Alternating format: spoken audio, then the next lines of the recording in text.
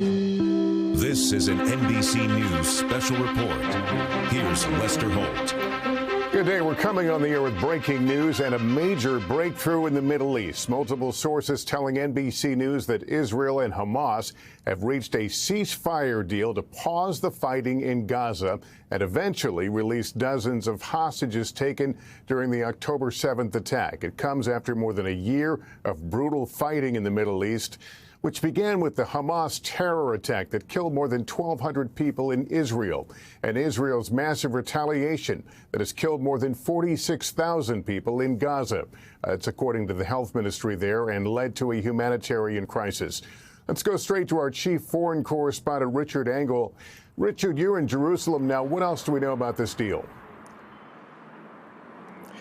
So this is a moment that this country has been waiting for, the people of Gaza has been waiting for. According to multiple sources in Hamas, inside Israel, in the United States, at the White House, a deal has been reached between Hamas and the Israeli government, brokered mainly by Qatar, also with significant U.S. involvement, to reach a ceasefire. This would be a gradual deal that would see fighting initially slow down and eventually stop in Gaza in exchange for the release of hostages who've been held by Hamas for about 15 months now. The Israeli government believes there are 98 hostages held by Hamas. It is not sure how many of them are still alive. But Lester, it is important for people to know this is not a quick deal. Even though there is this agreement, according to multiple sources, first of all, there has been no official statement. We are expecting that perhaps tonight, perhaps in the next few hours, and then the deal will have to be rolled out. It begins with a period of calm to build trust, and then Hamas will release hostages in batches. It is talking about releasing them 3 at a time initially. In the first stage, 33 hostages would be released. They are being described as the humanitarian cases, the hostages who are elderly, injured, sick in any way. Some of the hostages are described as being in quite poor health. If that is successful, they would move on to the next phase. And this initial phase could take 42 days. So this, Lester, is a very slow period. The next phase, if the first phase is successful, would see Hamas released all of the remaining hostages, including soldiers and military-aged males. A lot of room for this to go wrong, but certainly a historic moment that could see potentially an end to this conflict, an end to the suffering of the people in Gaza. Because in exchange for the release of these hostages over time, Israeli troops would pull back from population centers in Gaza. They would establish a buffer zone around the Gaza Strip and release hundreds of Palestinian prisoners and allow much more aid into the Gaza Strip, hundreds of trucks per day. Lester. All right, Roger, I'll ask you to stand by. Let's talk about how we got here. Correspondent Raf Sanchez, who covers the region, is joining me now. Raf, what do we know about how the pieces are coming together? Well, Lester, this deal was finally sealed after marathon negotiations in Doha, Qatar, mediated by the prime minister of that country. And these talks have been touch and go right up until the very last minute. We started getting indications on Monday that the two sides were close.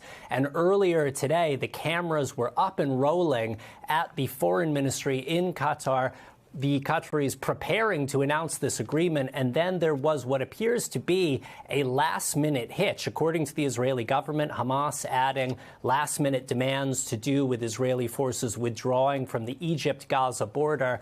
The Prime Minister of Qatar, who we are expecting to see in front of those cameras potentially any minute now, going back into his office with the delegation from Hamas and finally getting that deal over the line. What has been very notable, Brett McGurk, President Biden's most senior Middle East advisor, has been camped out in Qatar for around 10 days now, but he has been joined by Steve Witkoff, who is President-elect Trump's incoming Middle East envoy. And these two Americans representing The current administration and the incoming administration have been, according to the White House, working hand in hand, sending the message not just to Qatar, but also to Israel and Hamas that this is a bipartisan push, that any deal that is sealed under the Biden administration will be pushed forward by the Trump administration. And of course, Lester, we have heard from President-elect Trump repeatedly in recent weeks saying that if there is not a deal in place by the time of his inauguration on January 20th, there will be, in his words, hell to pay. He never spelled out exactly what those consequences were, but multiple officials say that deadline really helped focus minds, and it helped push these negotiations to the point where now, just days before that deadline, it does appear that a deal is in place.